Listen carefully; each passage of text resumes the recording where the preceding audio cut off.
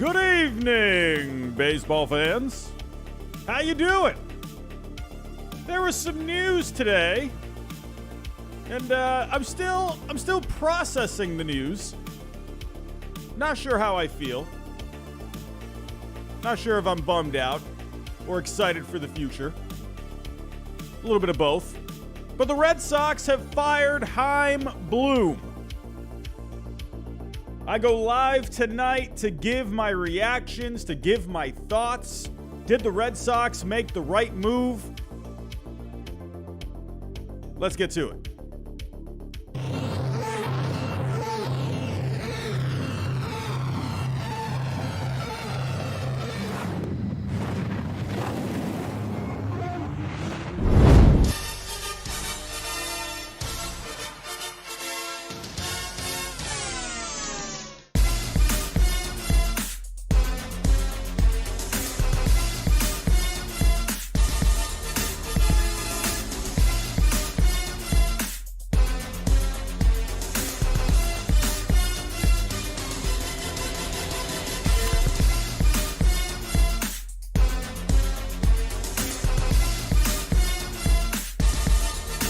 How you doing, baseball fans? Good evening, good evening, good evening. How are we doing here in the chat? We got some members, we got some moderators, we got some friendly faces here.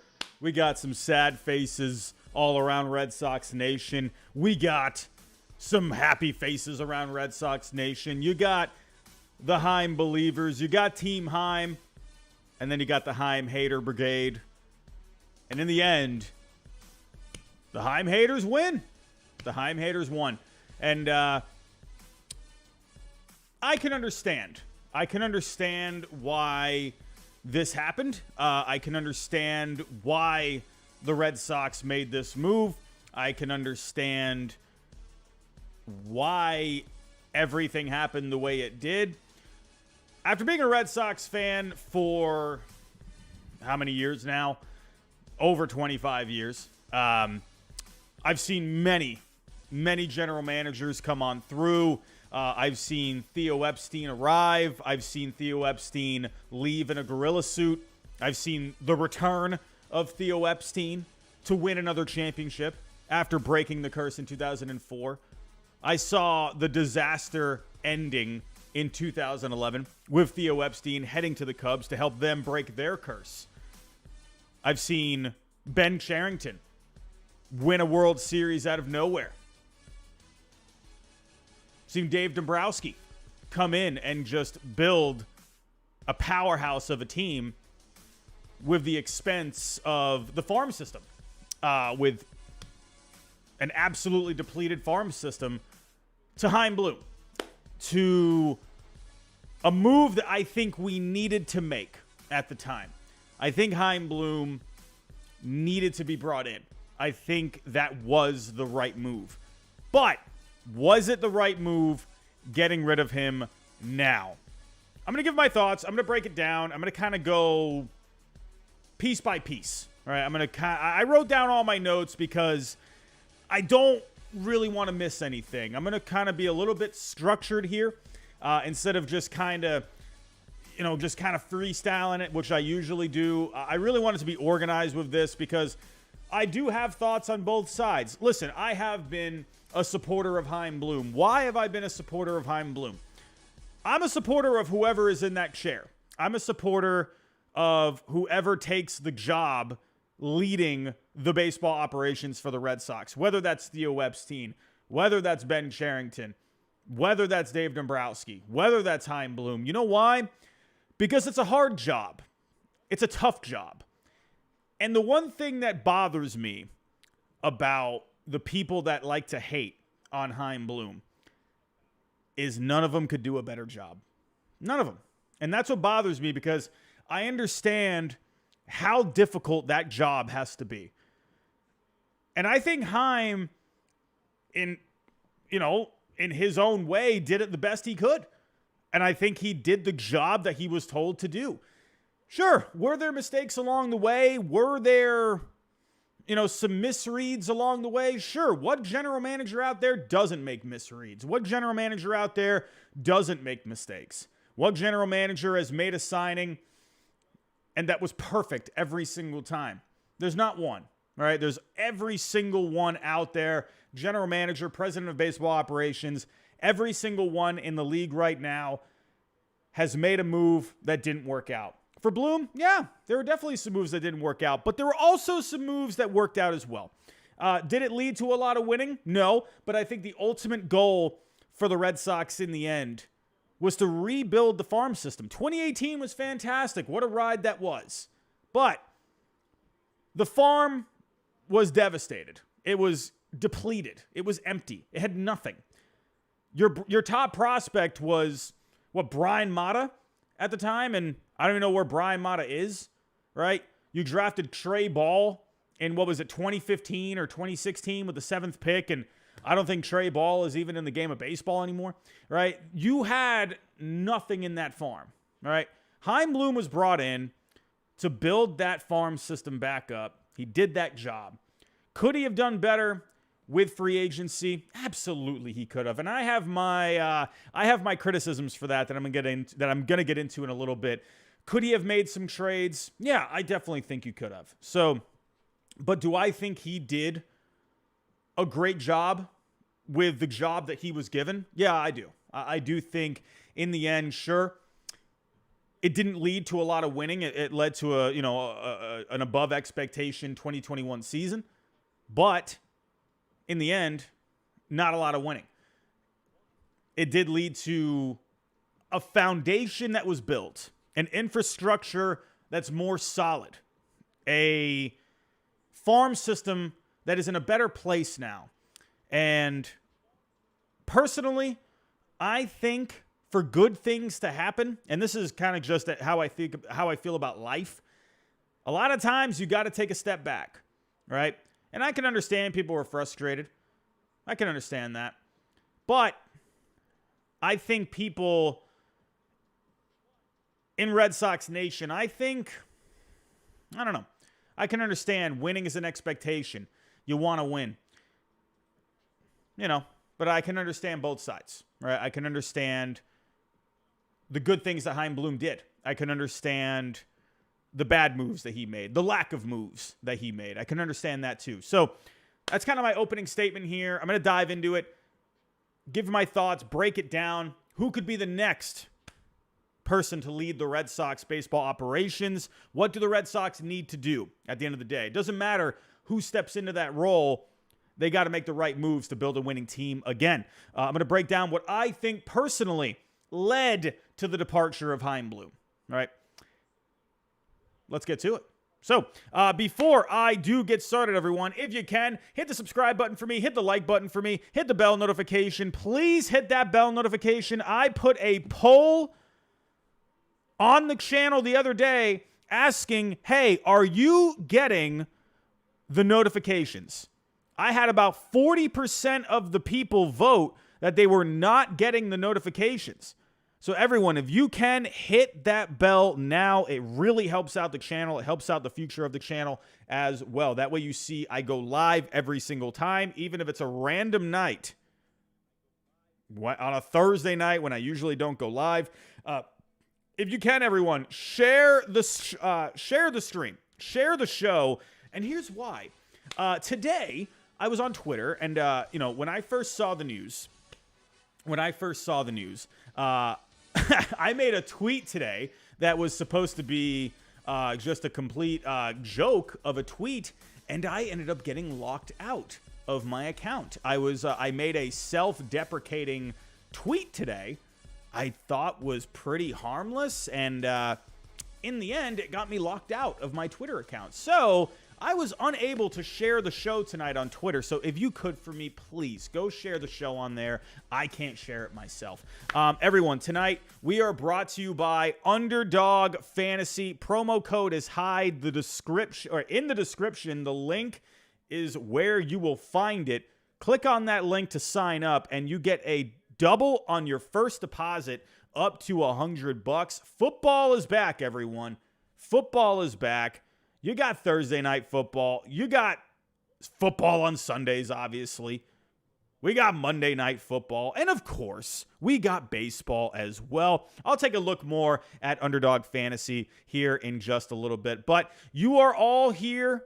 You are all here for a reason.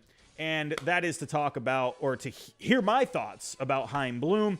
I will be keeping an eye on the chat. I will see any reactions in the chat. Not going to make this too long tonight because I do want this to be a stream that people can play back, and it won't, be a long stream to get through. So let's get to it here. So obviously, the big news. Red Sox Twitter account posting today at 12:32. The Red Sox today announced that they have parted ways with Chief Baseball Officer Chaim Bloom, and they also made a statement today. While parting ways is not taken lightly, today signals a new direction for our club, said principal owner John Henry.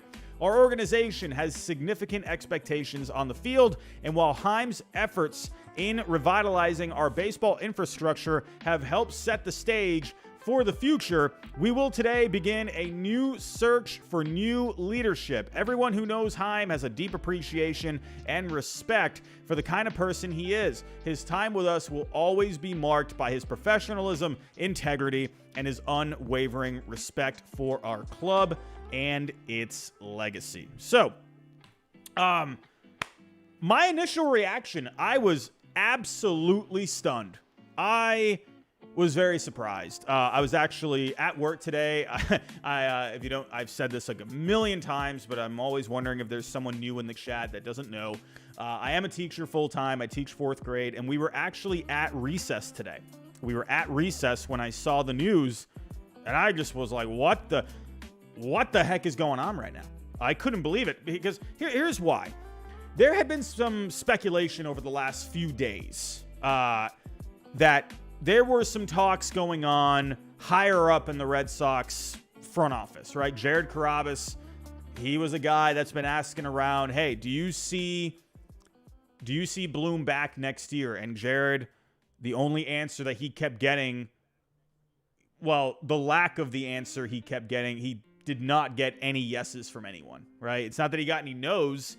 He just wasn't getting a yes from anyone. So after hearing that on his podcast, the Name Redacted podcast, great podcast for Red Sox fans. If you ever want to go check in on some Red Sox thoughts from Jared Carrabis, as well as his partner Tyler, they have a great podcast. Go check it out. Would love to do some work with them at some point. Would love to do a collaboration with them. I would love to talk some Red Sox with them. So if they are listening, I don't know if they would be, but hey, I would love to work with you guys sometime. Love to talk about this if possible. But Jared had reported that he had been not hearing some great news about Chaim Bloom. Not really that he was being told that he wasn't coming back, but he wasn't hearing anyone telling him that he would be coming back. So it made it a little surprising. So for me personally, I think Chaim, maybe I'm being a little emotional about this. Maybe, because this is why I'm kind of glad I got locked out of the Twitter account today. Oh, let me tell you what happened with that, right? So someone asked me, Robbie, what are you going to do now that Chaim Bloom is fired and you can't be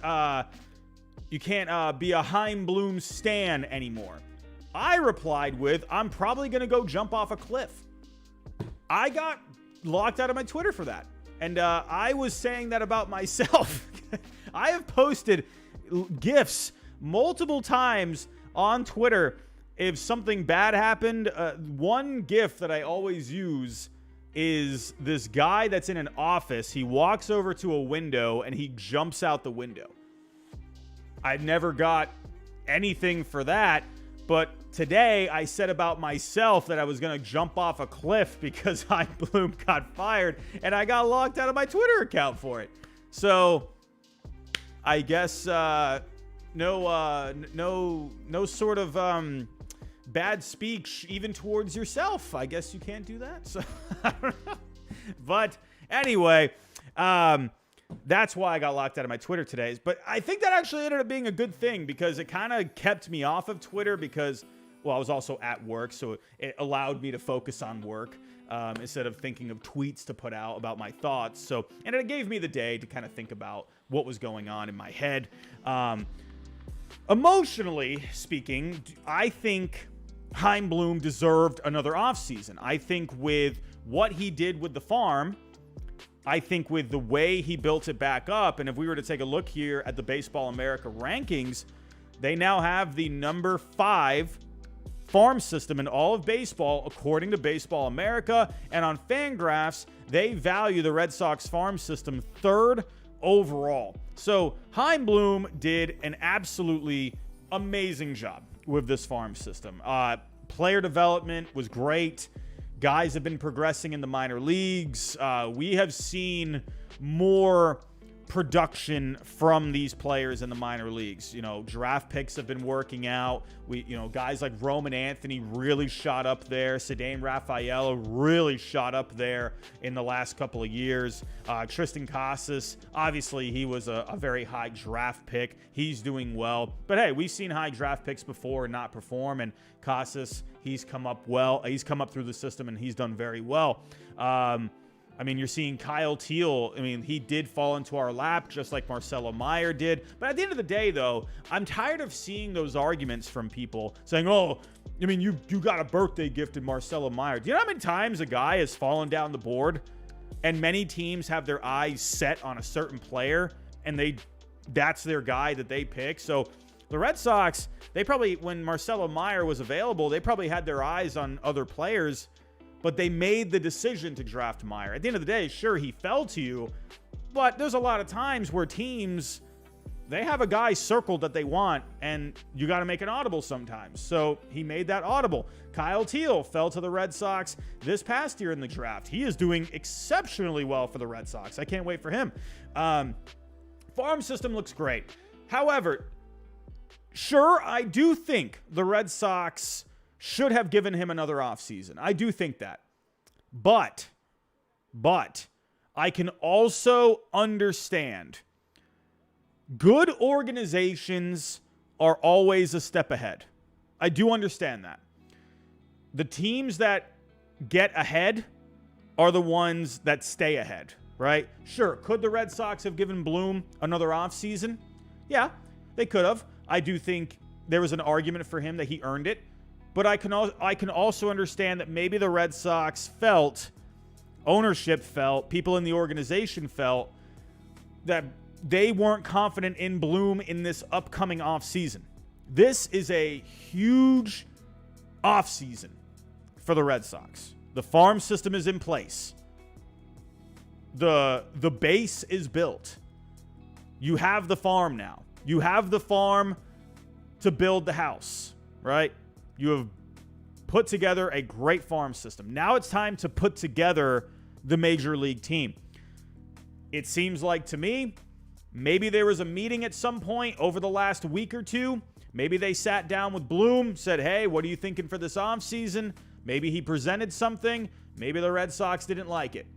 Maybe it could have just been some things that have been happening in the past. The last couple of trade deadlines, I'll be honest with you, yeah, they've been a little frustrating. I'll be honest. I'm glad that they didn't make any silly kind of moves. And what I mean by that is, like, you have built up this farm, and I'm glad they didn't just dish out a bunch of prospects to get a guy, and you weren't really like... To me, you make those kind of moves when you're leading the division, when you are pretty much guaranteed to make the playoffs. That's when you make those moves. When you're kind of floating around 500... When you're in the wild card race, you're a few games out, couple games out. That's not when you make that move. Because if you don't make the playoffs, then you're just giving up all those prospects and it means nothing. You make those moves when you're in first place. That's when you make those moves. So I'm glad that he didn't make any drastic moves, but it was a little frustrating that we couldn't add any pitching. It was a little frustrating that the only guy we got was Luis Urias. Last trade deadline, I thought Xander Bogaerts was going to be traded because there was no progress in extension talks. Nathan Eovaldi, he was coming up on free agency. You didn't re-sign him. Then you kept those guys on your payroll, so you couldn't get under the luxury tax, so that affected them in the draft. So that was, to me, very questionable. Sure, they traded Christian Vasquez. You did get Wilyer Abreu out of it. He's doing well right now. I think he has a spot on this team next year. But yeah, there were some head scratchers with the trade deadline. Absolutely. But in the end, I do think the Red Sox felt they weren't confident with Chaim Bloom. I think they had seen how he had done things in the at the trade deadline and also free agency as well. I will say this about Chaim Bloom. I will say this. There were a couple of times, I want to say a couple. There were definitely a few times where they were connected with a guy. They were talking with a guy. They were interested in this guy. They were interested in this player, this player, this player. Interest. And they didn't land the guy. You know who the guy is that I think the Red Sox should have landed? Was Zack Effin. To me, when you lost out to the Tampa Bay Rays for Zack Effin, listen, Zack Effin lives around my area. I'm in the Central Florida area. Zack Effin, he went to high school not too far from here. And he lives in the area, right? I have friends that, know people that are friends with him. That went to school with him. He is definitely a guy that likes being in Florida. And if you wanted to land Zack Effin, why couldn't you give the extra bucks? Why? Why could you not? You are the Red Sox. You are the Boston Red Sox. You have the money.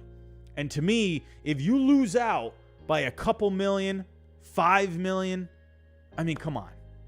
This is a guy that's having a great year with the Rays. They had heavy interest in him, and they fell behind the Rays. You couldn't sign Zack Effin for 3 years and $45-50 million. You have to land that guy. You cannot lose out to the Tampa Bay Rays for Zack Effin. That to me was a very frustrating moment, right? Because Zack Effin, sure, he was having the injuries with the Phillies. He was having his moments with the knee, all right? He was always having little problems going on. But to me, when the guy was pitching, he was solid. And look at the year that he's having. We got a super chat coming in from Zachariah. How you doing, my friend? $10 super chat. Robbie, you have to listen to the last 15 minutes of Jared's Baseball is Dead podcast that came out today. He live reacts to the announcement and gives some insights to what was going on behind the scenes. Ooh, that's going to be a juicy take. I'm going to listen to that as I am falling asleep on my pillow later tonight. Thank you, Zachariah. I did watch his reaction. I'm going to be honest with you. I'm not just saying this, because I love Jared. Like, I'm a big fan of Jared. Jared and I'm not saying we're like best buddies. I'm not saying that at all. We have never even met in person.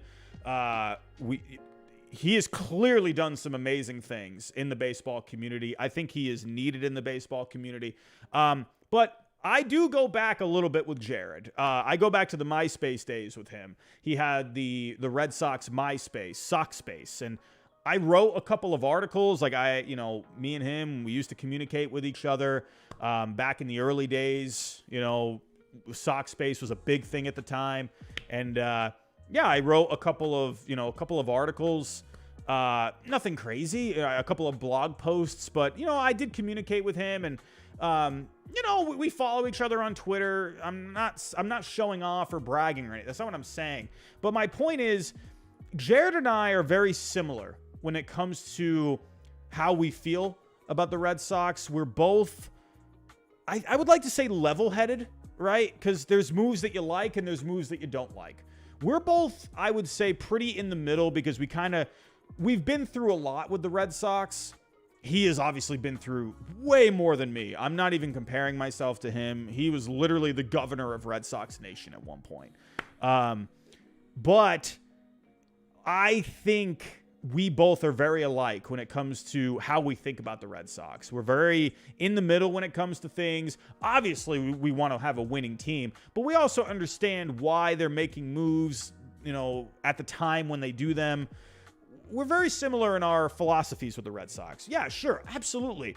I was a big supporter of Chaim Bloom, but yeah, I was also that guy that wanted to go out there and land a guy. He did land guys. Yoshida, Turner's been a good pickup. You did land Story. That hasn't fully worked out yet, but I do think Story could end up being a very productive player once he is fully removed from, the elbow surgery that he had. I think that was definitely boggling him down last year as well.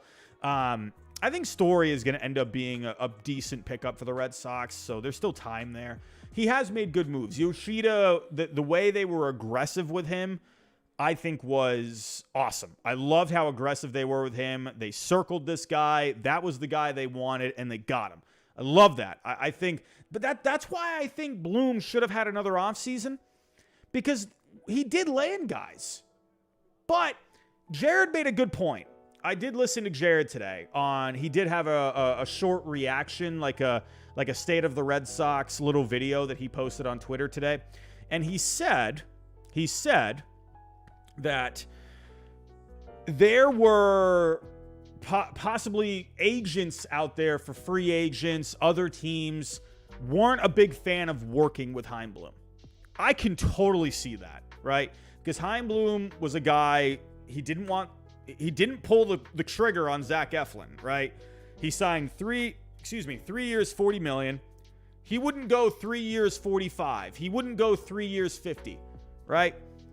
That's what you had to do for Zack Effin, and he didn't do it. So there was a bit of a penny pincher kind of a move to me. I know it's millions, but at the end of the day, for the Red Sox, $5-10 million, make it happen, right? He's got an AAV of $13.3 million per year. To me, Zack Effin was a guy that was anywhere from like a $15 to an $18 million per year guy, and they didn't do that. I think Zack Effin, I think you should have offered him like 3 years, 48, 3 years, 50, and I think he would have come to Boston, right? And he didn't do that. There was also this today from Rob Bradford. He actually had here a very interesting take. I'm not going to play it here, but he did go on this show today, Jones and Mego from Archon. I guess it's on the WEEI radio station, and he actually said today that the Red Sox could have traded Chris Sale, that they had a trade even after his finger exploded at Yankee Stadium. They could have made a move. There was a team out there. He didn't say what team. I'm wondering what team. I don't know, maybe the Phillies? I was wondering, when he said there was a team out there, my first thought was the Phillies, right? Dave Dombrowski. They were in the running for the playoffs. That was my thought. I thought the Phillies were maybe that team. But he said here a team was willing to take on Chris Sale's entire contract and send players back. He didn't get into the specifics of prospects or whatever. I don't think you would have gotten much. But the fact you could have unloaded Chris Sale's contract. Listen, I would love for Chris Sale to come back and dominate. I don't think he's that guy anymore. I just think he needs to reinvent himself. I just think Chris Sale needs to... Listen, I think Chris Sale needs to, literally put on 30 pounds in the offseason. I'm not kidding. Go put on 20 pounds. I think he needs to go drink a gallon of whole milk a day. I think he needs to eat a couple of sandwiches, go stop and grab a couple of burgers throughout the day. Really go put on some weight, because I think that, and put on some muscle as well, because I don't think his body is holding up anymore. And I think he's just getting hurt, and he's just not durable. I think he needs to put on some meat on that frame. But you could have parted with this contract.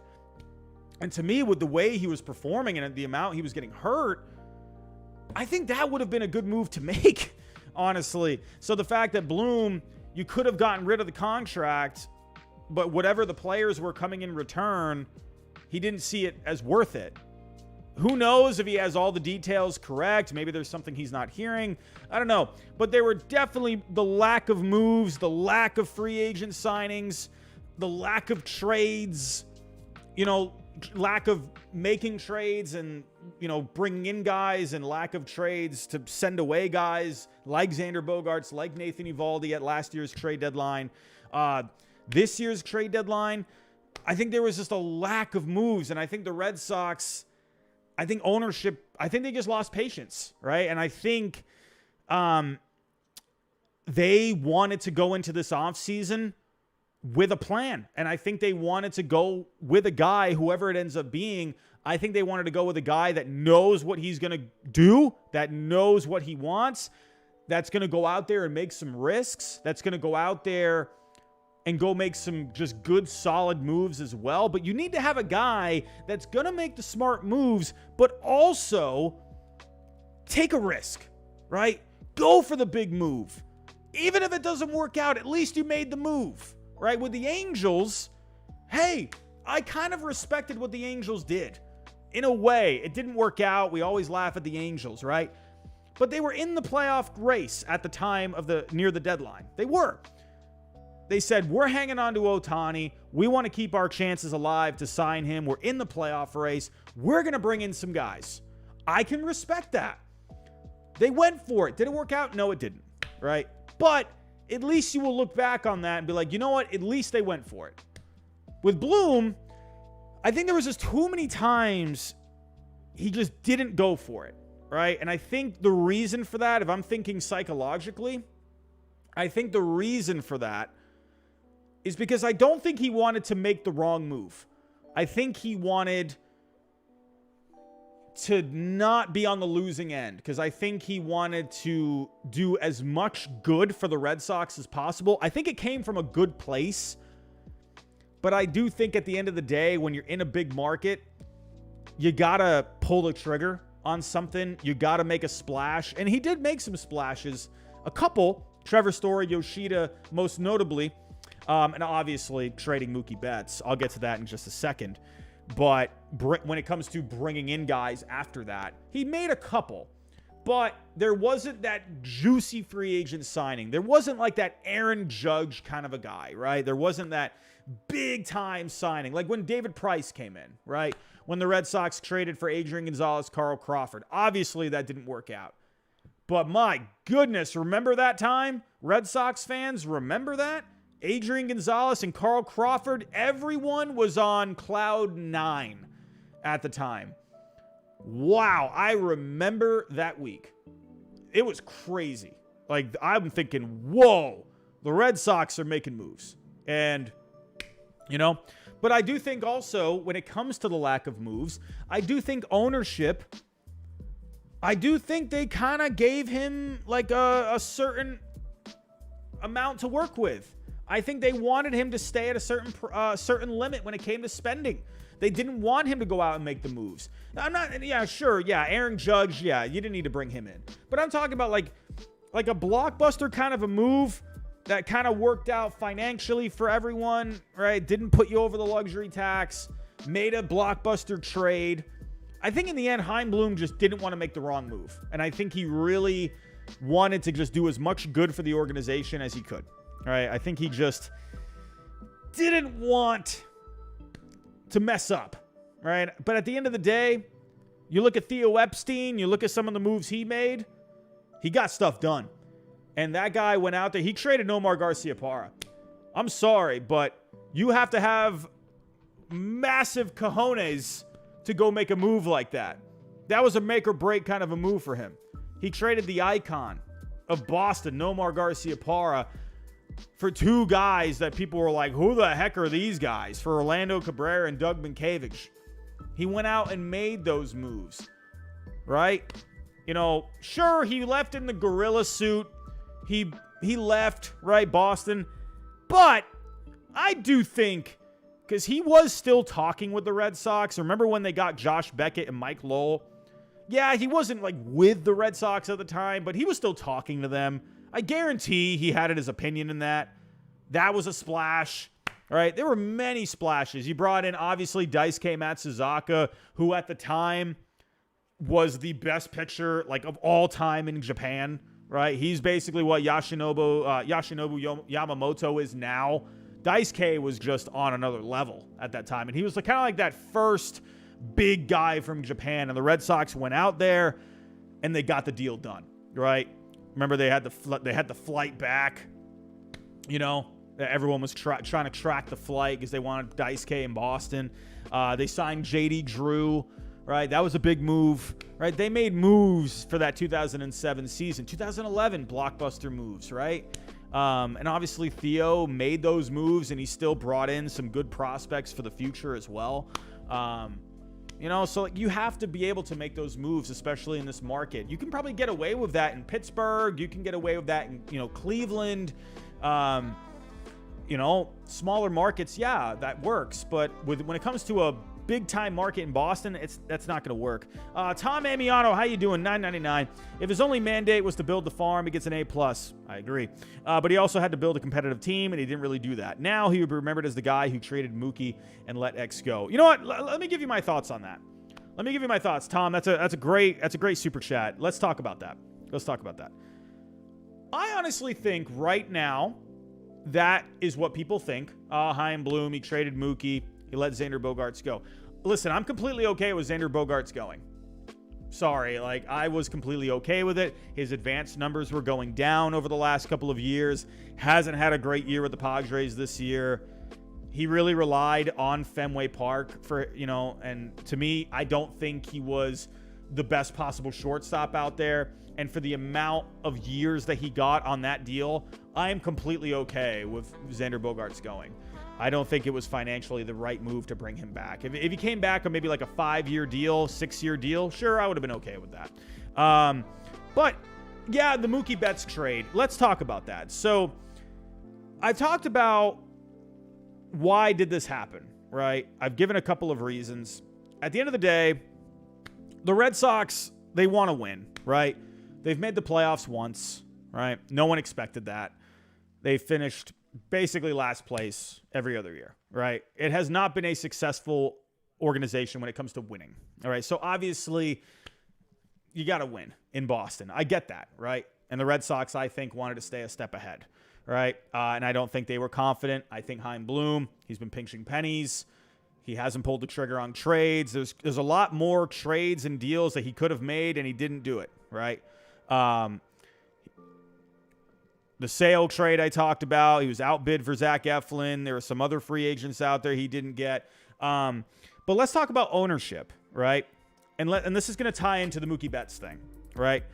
When it comes to Mookie Betts, I understood why they made the trade. I do think that's what ownership wanted to do. I think that was what they instructed him to do, right? They felt like, hey, we need to get under this luxury tax. We don't want to sign Mookie Betts to this long-term deal. Let's trade him. I think they wanted him to get traded, right? But I think what they got in return, obviously the main piece was Alex Verdugo. And I think this year, with Alex Verdugo, he didn't have a great year last year. He played better this year, but then he was having these off-the-field issues, right? Reporting late to the games, getting chewed out by Cora a couple of times. I think the Red Sox are now looking back on this trade, and they're seeing Mookie have a phenomenal year with the Dodgers, right? Comes to Boston, dude was just tearing it up, and they're just thinking, yeah, I think they wanted to trade Mookie, but I don't think they like what Chaim got in return, right? They brought in Verdugo, a guy who had problems.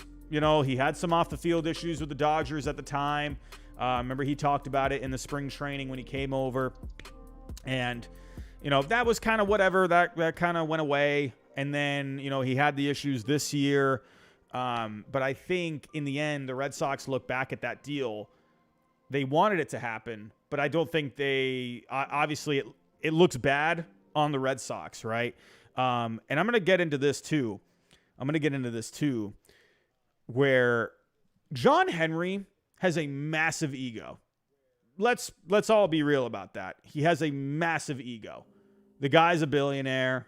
However much money that guy's got. He's got a lot of money. He owns Liverpool. That dude's a businessman, right? He's got a big ego. They all got big egos. And when that Mookie Betts trade, obviously when it was first made, he probably thought, yeah, people are going to be upset about it, but let's just see it play out. He saw it play out, and he's like, well, we really messed up that trade, right? John Henry is a guy, he doesn't like his ego, to take a hit, right? That's just how he is, right?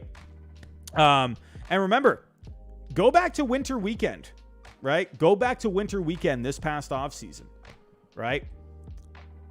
he looked bad, right? Remember how many boos that they were getting? Bloom was obviously getting booed, but Henry got booed too.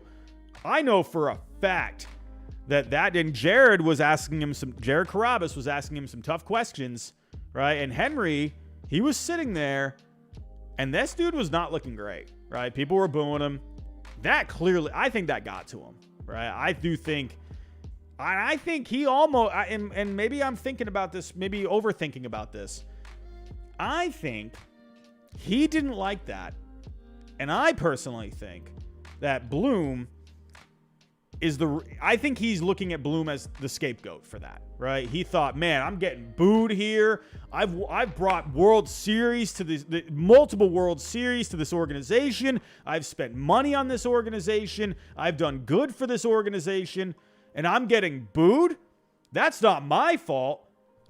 He's probably thinking, this guy over here is the one that's been making the moves, right? Guarantee that was in his head. Guarantee it. I guarantee he went to bed that night and he's thinking, man, like, seriously? And I guarantee he looked at Bloom as a bit of a scapegoat for that. There was one more thing I wanted to add there. I'm missing something here. I'm forgetting something I wanted to talk about. What was it? I forgot what it was. But getting back to the super chat, Tom, this is what I wanted to talk about. Chaim Bloom, I guarantee you if the Red Sox win a World Series within the next few years, within the next 5 years, I guarantee people will look back at Bloom and they will think better about him. I think right now people are frustrated with all the losing, but I do think in the long run, I think Bloom will have a more positive reaction from people. I don't say reaction, that's not the right word, but people will look at him in a more positive light. I think not now, but I think in the long run, right? Kind of like how we look back at Ben Cherington. All right, Ben Cherington, he helped a lot with the player development of the Red Sox, right? People look at Dan Duquette, right? Theo Epstein, he came in, brought in the World Series championships, but Dan Duquette laid down the framework. And if you think about Dan Duquette and how people think about him now, people look back at Dan Duquette and they give him a lot of credit. I think the same thing could happen with Chaim Bloom. It absolutely could. Chaim Bloom has done amazing for this organization. So I do think now Bloom, yeah, the Chaim haters they're out. The Chaim haters won today. Let's just be real about that. But I do think those people will have more of a respect for him if these prospects come up that he brought in and they help the team. Like, let's say Roman Anthony, right, comes up and he performs amazing, right? If Roman Anthony wins an MVP, I'm getting out there. I'm getting a little far-fetched. Let's just say he does that, right? Let's just say that. Let's say Kyle Teal comes up and he ends up being an amazing player. You can't hate Chaim Bloom for that at that point, right? Roman Anthony, right? This is a guy that kind of shot up. Sadame Raphael has shot up. He didn't bring him in, but still, I think it's very possible Bloom can have a more positive light towards him down the road, right? Let's get to Alex Cora. I do think Cora has a bit of a hand in this, right? Remember with Alex Cora back in July, right?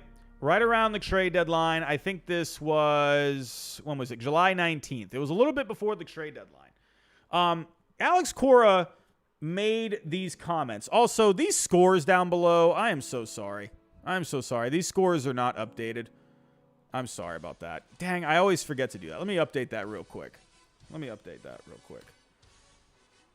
I knew I was forgetting something. Let me just do that real quick.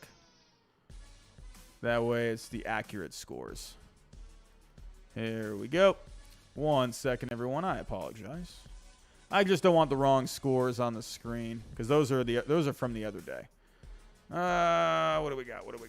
Here we go. And these should be updated now. Okay, that is loading. That is loading. All right, we are good to go. We are good to go. Okay. All right, so let's do this. Let's do this. Back to the screen. So Alex Cora said back in July, right? We're in a good place, Cora told the assembled media a week and a half ago. But at the end of the day, the place that we like to play, the place that we like is to play in October. It's not about how many prospects you have or where your farm system is. It might be number 1 or 30th or whatever. The one that really counts is how many games you win in October and how many games you play in October. That's what we're shooting for. All right. So that to me was a bit of a subtle shot at Bloom, right? Talking about it's not about how many prospects you have or where your farm system is. I mean, that's clearly a shot towards Alex Cora. This article, what is it? John Tomasi. He's saying there's no way Alex Cora intended to call out Bloom, and here's why. John Tomasi, God, you're so wrong all the time about everything. Can you just stop? Clearly, it's like, why would he be mentioning the prospects? Like, obviously, he's talking about Bloom. Jeez. But then he actually talked yesterday as well. Just made some comments yesterday. Says, we play for championships. And right now, we're in last place in the American League East. He said, because he was on John Heyman and Joel Sherman's show for the New York Post, their podcast. He said, I love this place, but obviously there's other stuff that comes into play, and things are more about family. I'm 47. I turn 48 next week. I don't see myself like Tito and Tony La Russa to manage until 70 or whatever. I enjoy what I'm doing, but at one point we're going to have to move on to do something else. He says he enjoys the challenge, but then he goes on to say, we play for championships, and right now we're in last place in the American League East. So, clearly Cora has his thoughts, and he actually did make some comments. He did make some comments here about Chaim Bloom. So let me pull those up real quick. So he did it's on the Boston Globe. Oh, wait, no, this is, okay, here we go. This is on MLB.com. Nope, that's a video. I don't want the video. All right, Boston Herald. Are they going to throw ads at me? Don't throw ads at me, Boston Herald. He talked about how he was surprised that Chaim Bloom was fired. So, you go, of course, I'm getting ads left and right from the Boston Herald. Yeah, okay, here we go. Here are the comments. So he says here, we actually had a great conversation yesterday about the future of the organization and what he envisioned. There's a few things he felt we need to do better as a coaching staff, but we were talking about the future, about the kids and what we want to accomplish the last few weeks. So it sounds like he had, I don't think he thought of him as like a bad guy, but I personally think Alex Cora just didn't like Bloom in this position. All right. I don't think he thought of him badly. There was a lot of people out there that had really good things to say about Chaim Bloom. Really good things, right? People said he was, great guy, always was there for the media to talk. He always was available. He always took criticism, but he took it in stride, and he always had a pretty positive outlook. So I don't think Cora thought of him badly, but I don't think Cora respected how he was handling the organization as a whole. And I can understand where Cora's coming from. He also goes on to say here, he's going to be okay. He's a bright baseball man. He's still a young kid. Someone is going to give him a chance again, and he's going to be okay. I wish him nothing but the best. I'm going to tell you this right now. Do you know where I think Chaim Bloom ends up? Or at least where I think he should end up? Hear me out. You know what team I think is perfect for Chaim Bloom right now? I think the Angels. I think the Angels are absolutely perfect for Chaim Bloom, right? They need a guy that knows player development. The Angels need to put an emphasis on that. I think Bloom would be absolutely perfect for the Angels, right? Because look at all the bad signings the Angels have made. a lot of bad signings, right? Obviously, Shohei Ohtani was a good one, right? But I think Bloom would be perfect for the Angels. You know why? Because at least, here's the other thing too. I think Bloom is going to learn from this, right? Because obviously, listen, it's his first gig. Let's be real about that too. It's his first gig. Give Bloom a lot of credit. This guy came in from a small market, the Tampa Bay Rays. He steps into a massive position. And he is just front and center in front of all of Boston, one of the toughest cities for baseball in the land. Give this guy a lot of credit, man. And he took it in stride. And he tried to always stay positive. All right? I give him a lot of credit for that. You know why? Because all the Chaim haters out there, all those, the people on Twitter that they like to just criticize Chaim Bloom, or they've liked to criticize him constantly just for engagement. All right, there's those people out there on Twitter, and if they're watching this, you know who you are.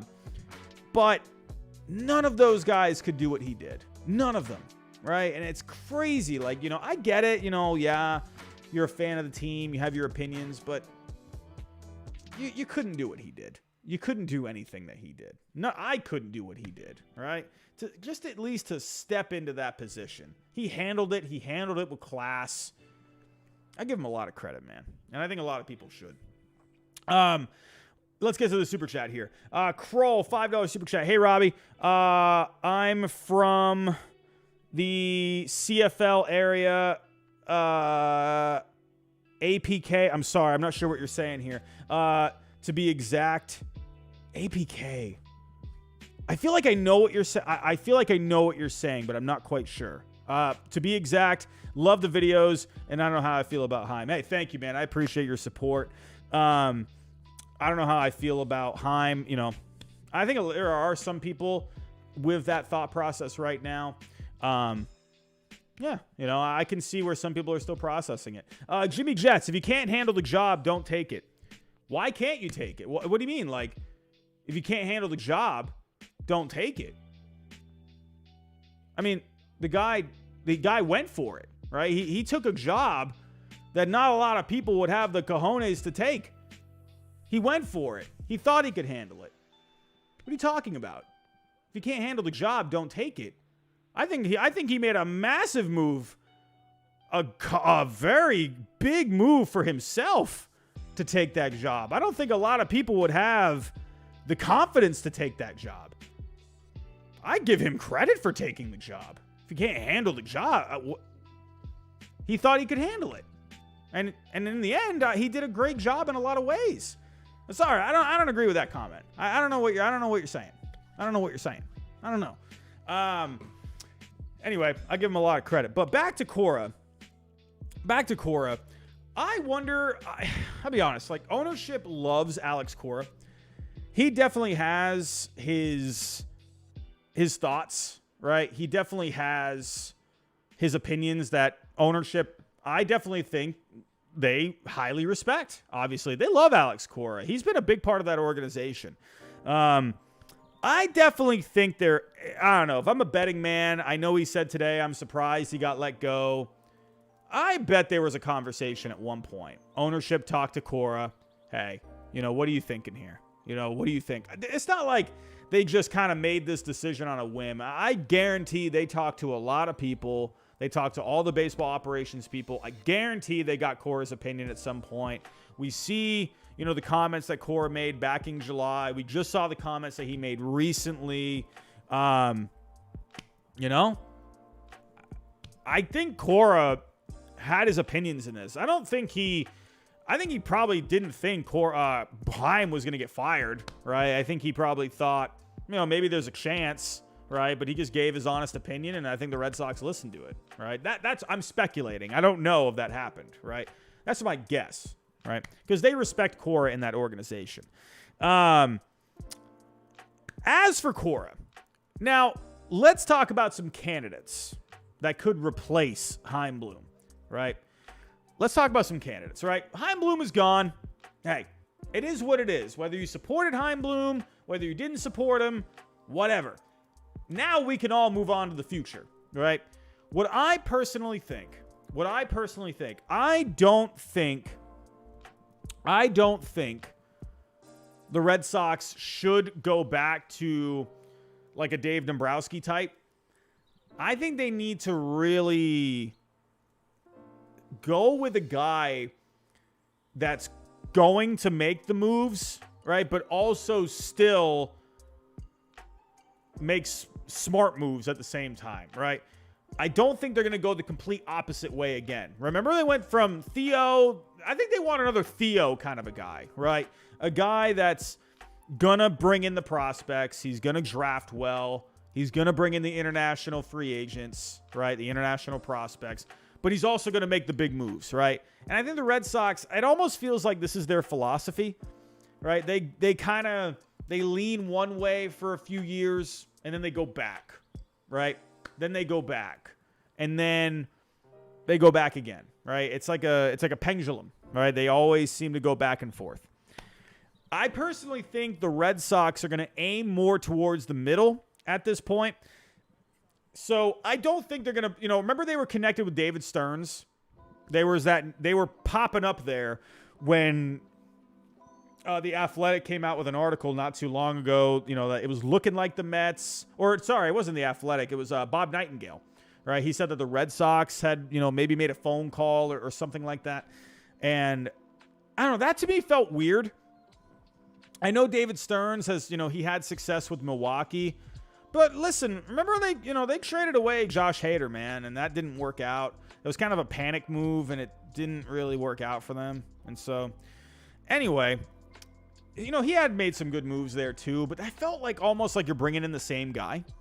So, I don't know. I thought that was weird. That's when I started thinking, like, okay, is Chaim out? Like, is Chaim on the move? I thought he wasn't. I thought what the Red Sox were actually thinking about doing was maybe bringing someone in to put with Chaim Bloom, right? Someone like an advisor to him, like someone that was going to, kind of give him another opinion, right? Someone that could, I don't know. I thought maybe they were going to kind of go with someone like that, right? Someone that could be by his side, right? Or maybe they could reshuffle the front office. I thought they were going to go with something like that.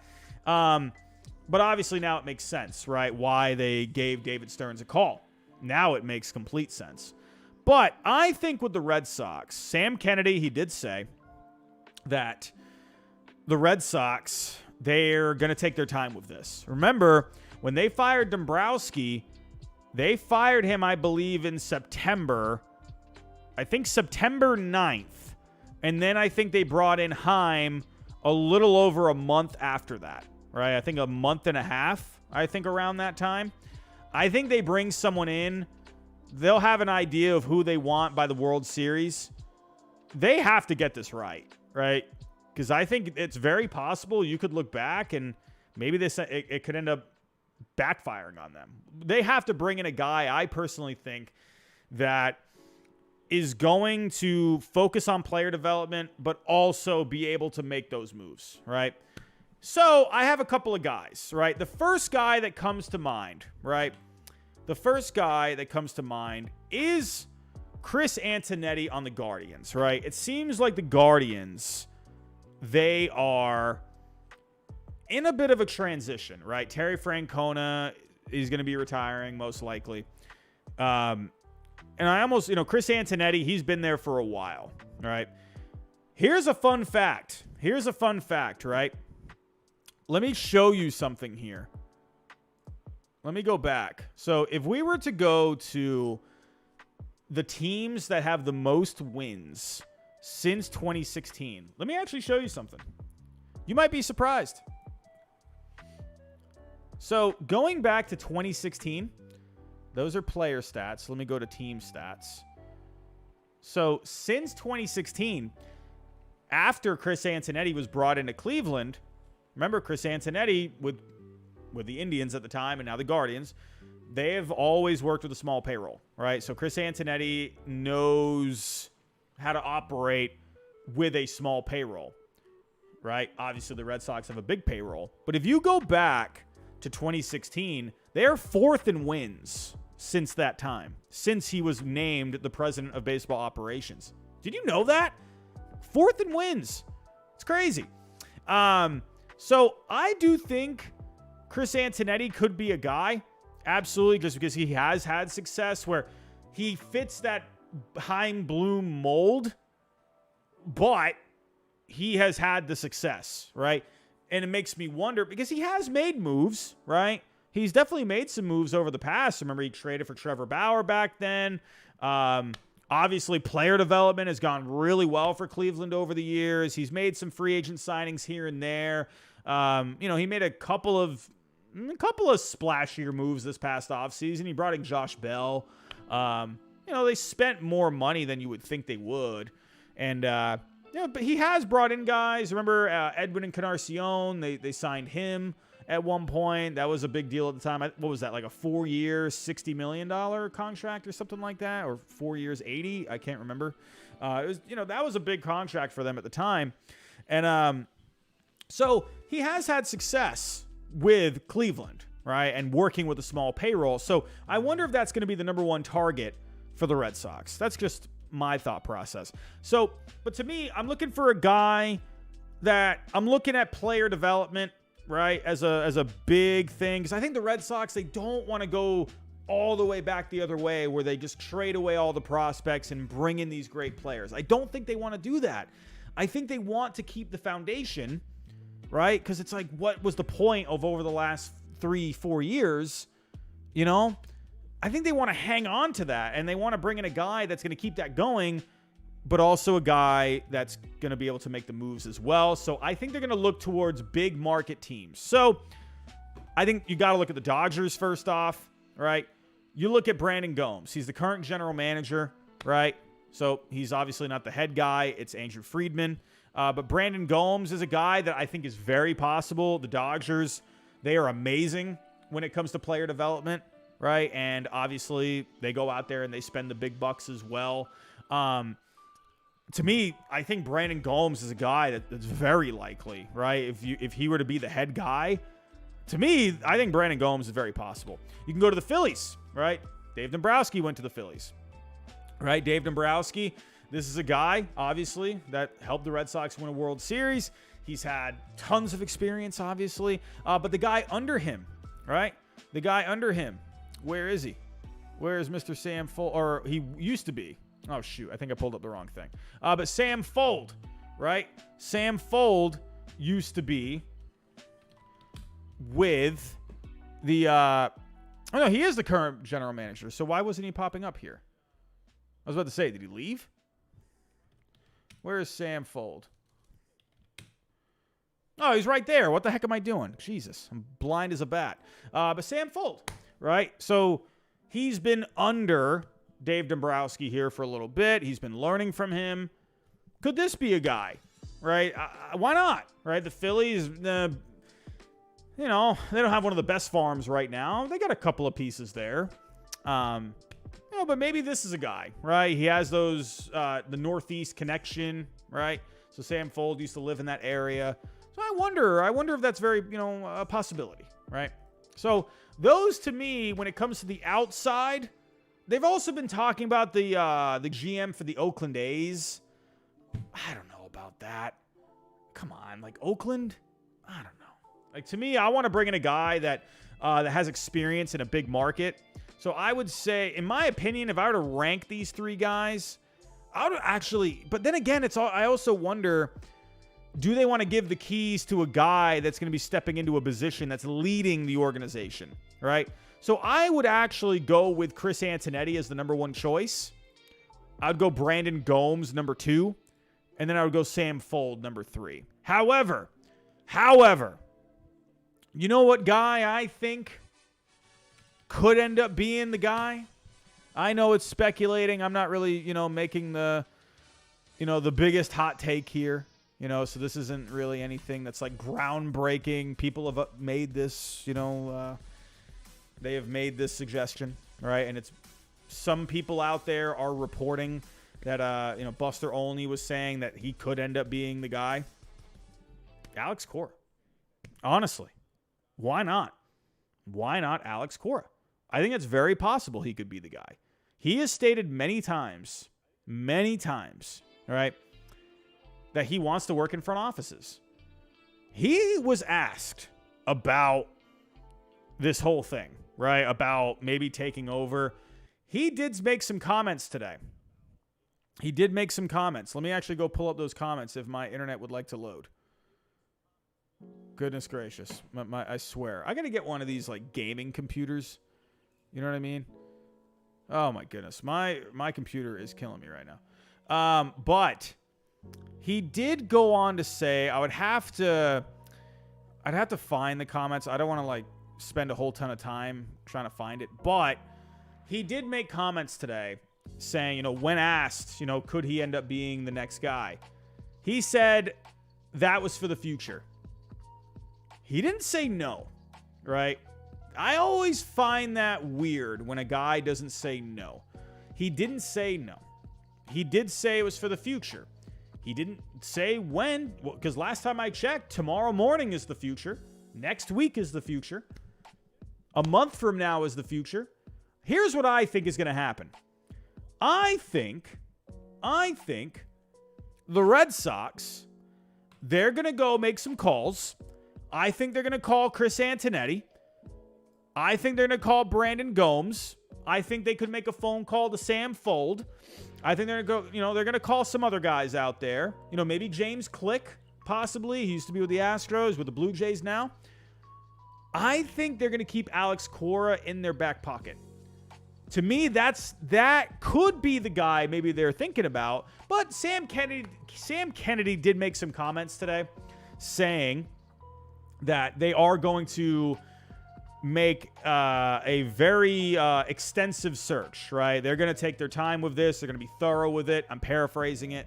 But I do think Cora his name has come up.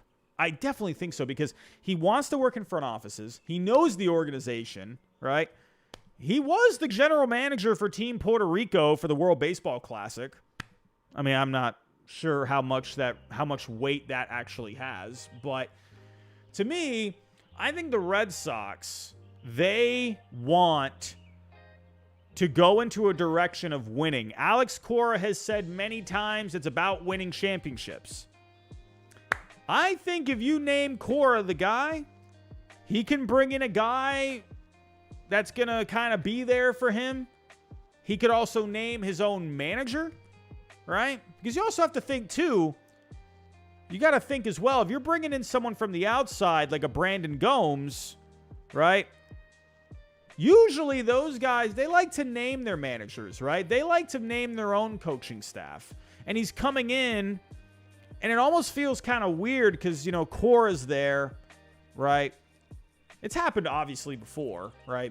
There have been managers before that have been there, and then you get a new guy that comes in. But it feels like they always end up leaving. But Cora, I think, is going to be the guy. He's going to be there for a bit, right? I feel like it would be kind of weird that Cora is going to be there. Who knows? Maybe he won't be. Maybe we all get a curveball, and maybe they end up going in a different direction. I mean, today was kind of a curveball a little bit. Who knows? Maybe they end up moving on from Cora. I don't think so. It seems like he's there to stay. But wouldn't it be kind of weird if a guy comes in and it's like, okay, hey, welcome. You're the new leader of the team, but this is our manager, right? So you're going to have to work with him. It's kind of weird, right? It kind of puts you in like a weird spot. Like, okay, well, you're bringing me in to lead the organization, but I can't name my own manager. I know Alex Cora's respected, but, you know, it's kind of one of those things. I think Cora has he has leeway in that organization. So that makes me think that he could end up being this guy. I really do think that. We'll have to wait and see.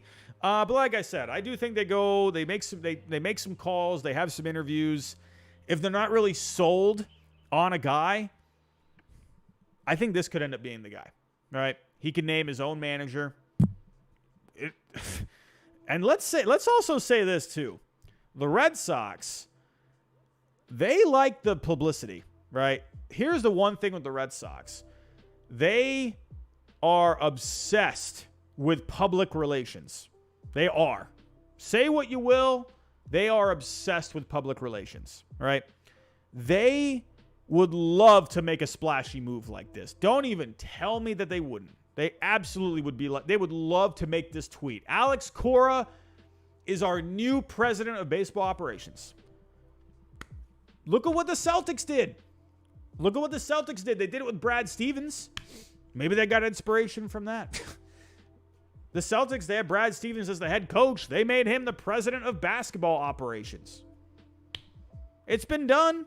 It's a Boston kind of a thing. Could the Red Sox do the same thing? You know? Just saying. Just saying. You know, Celtics, they've been right there in the end, close to a championship the last couple of years. I don't know. I wonder about this. Now, before I get out of here, let's talk about real quick, what do the Red Sox need to do? What do the Red Sox need to do here? Well, you know what? I think the Red Sox are actually in pretty good shape. But the big thing the Red Sox need to do is they need to bring in pitching. I think you got to go after a guy, right? You got to go after a guy the same way you did Masataka Yoshida. You got to go after a guy with the same approach. Listen, we want you. What do you want? What's your best offer? We're going to give you $30 million more than that. That's what we're going to do, right? We'll make it $40 million extra. We want you. Remember when they went out and got David Price? They blew away the last team. I think it was the Cardinals that came in second. They beat the Cardinals out by how much? They need to do the same exact thing for Yamamoto. Absolutely need to do the same thing. I think that is the number one target. You go get that guy, right? Absolutely. There's going to be some other free agents out here. You know, you got some decent pitching here on the market. Obviously, there's some guys you don't bring back. You know, I wonder, you know, I think Justin Turner ends up coming back. I think he does exercise that player option. I think Kluber's gone, obviously. You know, yeah, I think that's an obvious one. Paxton, I think, is gone. Duvall, I think there's a good chance they could bring him back. I would look into trading Sale if you can. I would really see if you can do it. It's going to be tough. You might have to eat some of that contract. But to me, I don't know. It's really just iffy with him. I'm just not sure what to think. You know, I think the Red Sox, obviously, they just need to bring in free agents. So, actually, let me pull up here some free agents for this upcoming offseason. We're almost at that time, everyone. We're almost at that time. We're almost at that time. The number one guy is Shohei Ohtani. Could they make a run at Ohtani? I could see them getting into it now that Bloom is gone, and if they bring in a guy that's aggressive, why couldn't the Red Sox get in on the Ohtani market? Why not? Could you bring in Stroman? Why not? I don't see why not. Maybe someone like Hyun-Jin Ryu, maybe on like a shorter deal. I could maybe see that. You know, you got some guys out here. There is Cody Bellinger. You know, I don't think they go after him.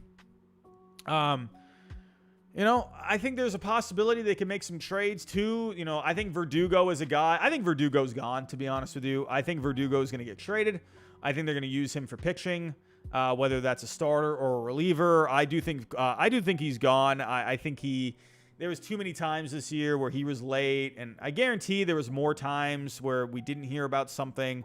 I think Verdugo's gone, to be completely honest, because they have Wilyer Abreu, who is playing well here at the end of the year.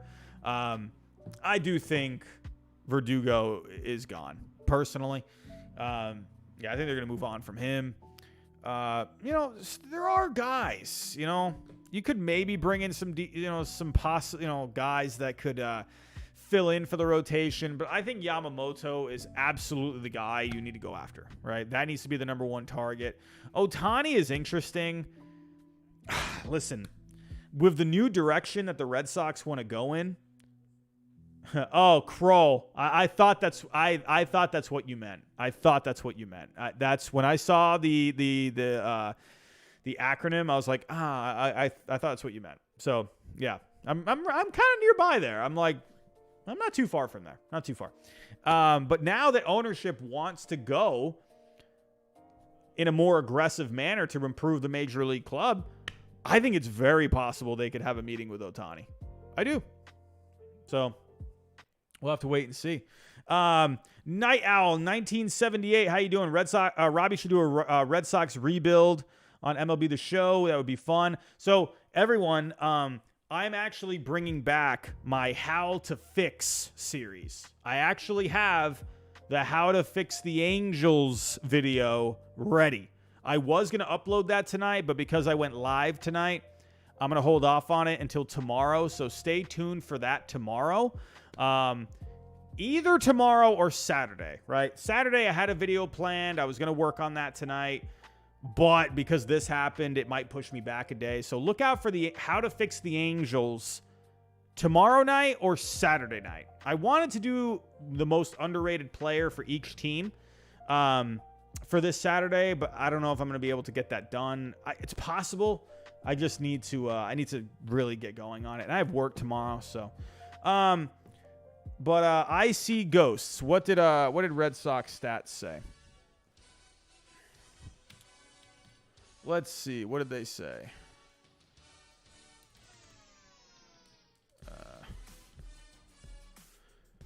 He's always got something interesting.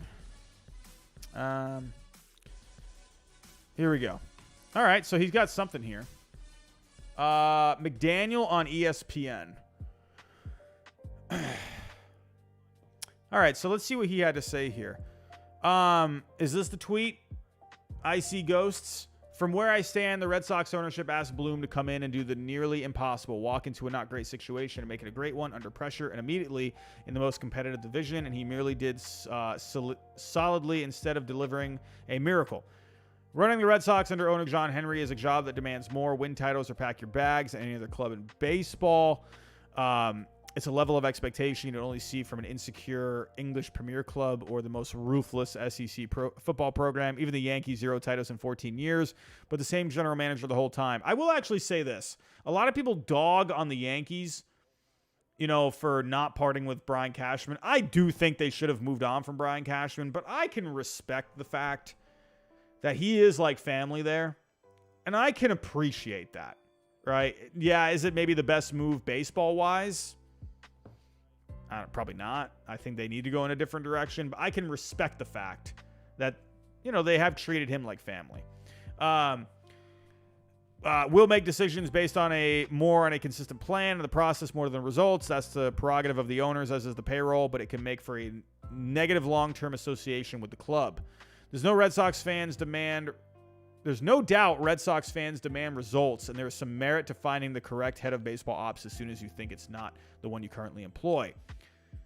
It's become conventional wisdom to blame unsuccessful organizations on their owners, pointing to decades of mismanagement and losing. Just because the Red Sox owner has mixed in World Series titles and heralded successful executives doesn't mean he can't also be part of the problem.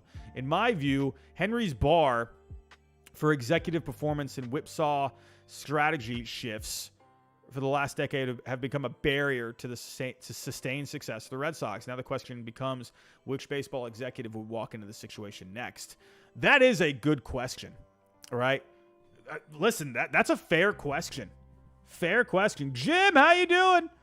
Jim, it's a sad day for me at least. How you doing, Jim? I mean, I was tuned into your stream a little earlier today. I couldn't fully watch because I was at work, but yeah, man, I'm basically kind of in the middle of it. I understand why it happened. I don't know if you're just tuning in. But I understand why it happened. And, but I also have my problems with it too. But this is a fair question. Now the question becomes, which baseball executive would walk into the situation next? I do think John Henry. Yeah, sure. Absolutely. You can look at the World Series championships that we've won since 2004. Yeah, of course. But John Henry is a guy I think lets his ego get the best of him a lot.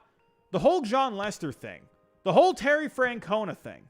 Look at how they handled Terry Francona on the way out, right? They were saying all this stuff about him, about like he was taking, too many I don't know what, I can't remember what it was. Like he was having like I don't even remember what it was, but I don't even want to talk about it because it's just a little sensitive, but he was kind of not, I don't know. There was like stuff coming out about Terry Francona. And I'm like, why is this bad stuff coming out? This guy's been amazing for the organization. And I'm sorry, but like that to me, I don't know. John Henry's a guy. He just goes back and forth way too much. And also, I will say this, Liverpool fans, I was talking to my dad. My dad is a huge soccer fan, right? Big Arsenal fan. We used to live in England, right? I was born in England, believe it or not. My dad, he's been a big Arsenal fan for his whole life. And I asked him, like, hey, what do people think in England about Liverpool? What do they think about the owner? And my dad's like, oh, they can't stand him, right? And so it's kind of funny that Liverpool fans don't really like John Henry very much, right? It's interesting, right? Because people have the same flack here. I don't know. I think John Henry, he goes back and forth way too much. I think, to me, he lets his ego get the best of him a lot. The whole John Lester thing was ridiculous. He looked so... I'm sorry. John Henry, if you are for some reason watching this, guarantee you're in your silk pajamas right now and you're sipping on a cup of tea, enjoying that Chaim Bloom is on his way out. That was one of the most stupid moves I have ever seen. Stupid. You want to talk about a guy, the dude overcame cancer, won you a World Series in 2013, and you lowballed the guy? You lowballed John Lester? And then you had the audacity to fly out to his house to say, hey, man, listen, no hard feelings. We want to keep you around. John Henry, screw you. Like, I would have been like, dude, get the heck out of here, right? He was like hugging John Lester on the way out when he got traded. What the heck? Like, John Henry, what is the matter with you? Like, you lowballed the guy, and then you brought in David Price. John Lester signed for $155, and then you brought in David Price for, what was it, $70 million more? Or $60 million more? That was stupid. John Henry just looked like a dummy for that. Like, I don't know. John Henry, I respect a lot of what he's done, but there's been time. I know no one's perfect, but he does go back and forth a lot. It's always been that way, and it's annoying. It's silly. I don't know. Anyway, those are my thoughts. I know I kind of went a little long with that tonight. I did want to try and keep it to around like an hour. I ended up going like an hour and a half or so. But those are my thoughts. In the end, I just think the Red Sox, they weren't fully confident in Bloom for this offseason. I think they thought he pinched pennies too much. But then again, it's like they asked him to kind of do that. But the moves that he made under their parameters didn't work out, right? Or not enough of them worked out to create a winning team. I think there was a bit of a stigma with Chaim Bloom a little bit, where I think teams weren't really a big fan of dealing with him. Jared Carrabis was the one that thought of that, so I'm gonna give him credit for that. But I listened to that and I agreed with it. I think there's definitely a bit of a stigma there with Chaim Bloom, maybe, and agents too, right? Maybe aren't the biggest fan of working with him, so maybe he felt like, I don't know if we're gonna be able to land. Ownership thought, like, I don't know if we're gonna be able to land, any of these free agents out here, because Bloom he just hasn't really gotten it done. He got Story, Yoshida, Turner, but they want the big guys, right? And they just felt that he wasn't going to be able to get these deals done. So they want to go after a guy. I think personally, someone like Brandon Gomes does make sense, but I also wonder too if they want to give the position to a guy that hasn't really led a front office. It's possible. I think they could interview him, and if they like what they hear, at the end of the day, it comes down to the interview, right? It comes down to the talks that they have. So if they like what he has to say, I think it's possible. He has the experience working in the front office. He has the experience of, landing these guys like Freddie Freeman not too long ago.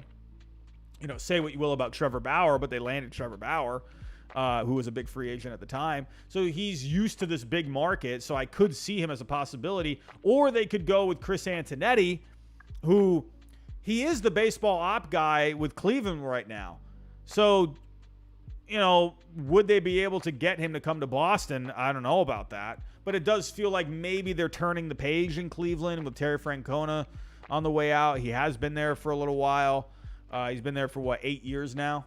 So, as the president of baseball operations. So maybe they could somehow get him. I don't know. But then there's also Alex Cora. I think it's very possible they interview guys and they look into these guys, and if they're not really sold on anyone, I think they think, all right, we got Cora in our back pocket. If nothing works out, we're comfortable with having Cora lead the organization, right? Or him and maybe someone in the front office, right? Cora is a guy, he is respected in Major League Baseball. It'd be interesting to see him step into that role. I can't think of a guy. I don't know. I'm trying to think. Has there been a manager? I think Bobby Cox, right? Bobby Cox was with the Braves and he went into the GM role, right? That's a guy I think about. So it has been done before. I'm sure there's other ones too. But I do think Cora is a huge possibility, right? Because he knows the organization, obviously. He's a big, people love him in the city. He's well respected. He wants to be in the front office at some point. He didn't exactly say no when asked about it today. He said, yeah, in the future I would like to do it. But I think he's going to be the back pocket guy. I think they interview guys, and if nothing works out, if they don't like anything, if they're not able to land a guy like Chris Antonetti, I think Cora ends up being the guy. Could Cora end up being the guy, and then you name Jason Varitek the manager? Jason Varitek is a guy that's been a possibility as the manager for the Red Sox for so long. Could Jason Varitek be the manager? All right. Former captain, one of the best players in Red Sox history, winning a couple World Series with the Red Sox. I think Varitek, I would be, listen, if they announced Jason Varitek, if they said Cora was the new president of baseball operations or the GM or whatever title they give him, and they said Jason Varitek was the manager, I'll be honest with you. Jimmy Jets, there you go. You said it in the chat too. Jimmy Jets, we agree on something. We agree. I'll be honest with you. I'd be pretty stoked about that, right? Varitek? Cora? That'd be cool, man. That'd be cool. But we'll see. Johnny Cage 14. Hey, Robbie, love your vids and streams. Crazy news. Yeah, today's been a crazy day. I wasn't able to go live with this at the time. I was at work, so if I could have gone live, I would have gone live. So anyway, here we are now. But everyone, I'm going to wrap this up here. Before I do go, I just want to talk about Underdog Fantasy here. For those of you that know, we are proudly sponsored here with Underdog Fantasy. But football, that's another one. Nicholas, Theo Epstein, he has been ruled out. How did I forget to mention that? Theo Epstein. I was hoping it was going to be Theo Epstein. I actually really thought it was going to be Theo Epstein. Before I get to Underdog, let me just touch on that.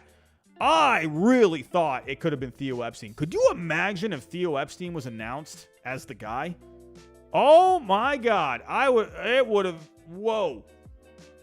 have even known how to react. I would have just been too excited. That was a guy you had to go with. To me, that was the guy when I'm thinking is if Bloom's going to get fired, you got to go Theo Epstein, right? You got to get that guy back, right?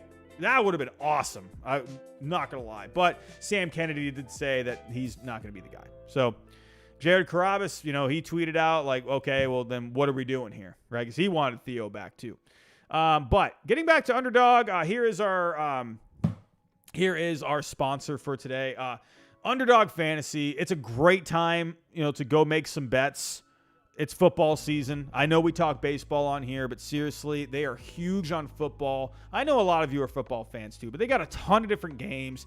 You got daily drafts. So if you're not into the whole, season-long fantasy team, you can do daily drafts and you can win some cash. They got pick'ems as well. You can go over-unders on guys. You can do rivals as well.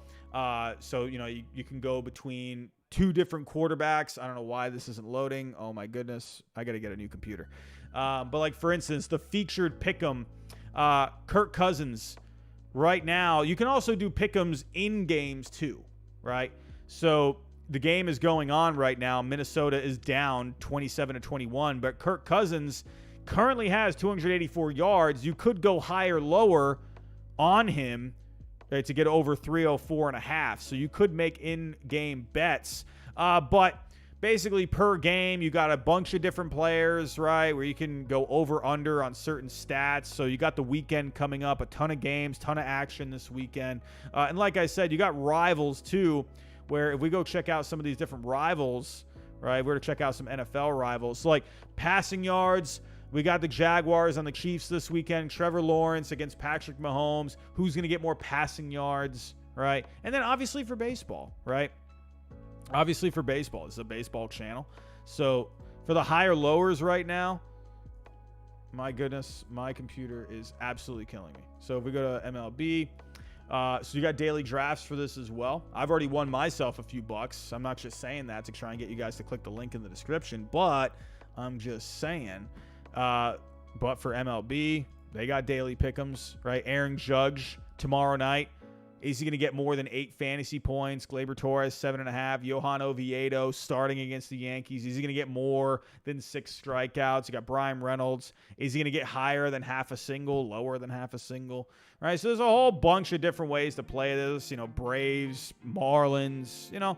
I've been winning myself a few bucks on here. But at the end of the day, make sure you are playing responsibly. That is the big key. Don't be going out there just blowing all your money. You know, just go make some sensible bets. You know, don't go crazy. Please play responsibly. The link is in the description down below. The code is HYDE, right? You get a double on your first deposit up to $100. Everyone, I'm out of here. Those are my thoughts on everything with Chaim Bloom. You know, I know I rambled on there for a little while. I know I was dancing back and forth a little bit, but it's just a lot to process because I have been a supporter of Bloom. I'm a supporter of the guy that's in the chair, right? Whoever's in that chair, he's got my support. Unless they're just really bad, like really bad. Like, I don't think Bloom was really bad. Like, I think Bloom, at the end of the day, I think right now doesn't have, you know, a good light shined on him. I think it's a, you know, it's a tough day for him, right? And he's got people who'll be like, I told you so. I told you so. But down the road, if the Red Sox win a championship with a lot of these young guys that are coming up, I think people will look back, right? Just like they look back at Ben Cherington, just like they look back on Dan Duquette, right? I think he's going to get that respect eventually. But the Red Sox do have to win a World Series. So Bloom, if they win a World Series in the next few years with a lot of these young players that are coming up, you got to give Bloom a lot of credit for it. So I don't want him to be forgotten. I do think at the end of the day, his impact will be felt down the road, right? I do think at the end of the day, he built the farm, right? And now whoever comes in, it's time to build the house, right? You got the farm built. You got everything on the farm that you need. Now it's time to build the house. So who do they go with? We'll have to wait and see. Who will want to take this job? I think that's a good question too. Who will want to take this job? Because whoever takes this job, they got to know the clock is short. And they don't have a lot of time to go win a World Series. They don't. All right? You got a few years, right? Especially now that you have a farm. So it's going to be interesting to see who they'll be able to land. Will it be from the outside?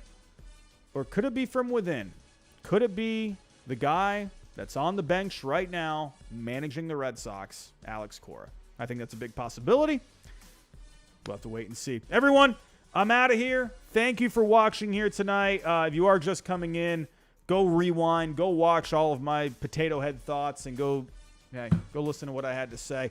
Go check out the other videos on this channel. I just uploaded a Mike Trout video the other day. Hey, go check out any other videos I've been posting over the last few weeks. Go share them. And if you are new, think about subscribing down below. Everyone, if you can, hit the like button on the way out. That helps out a ton. And please hit the bell notification as well. We've been getting, people telling me that they have not been getting notifications. Make sure the bell is on. Make sure it's on. Share the show for the people that missed it today. And one more time, don't forget about Underdog. Link is in the description down below. Promo code is HYDE. And everyone, thank you for the super chats tonight. For those of you that donated, greatly appreciated. Everyone, I'm out of here. Thank you so much for tuning in. And, hey, going to be a fun off season. I'll talk to you next time.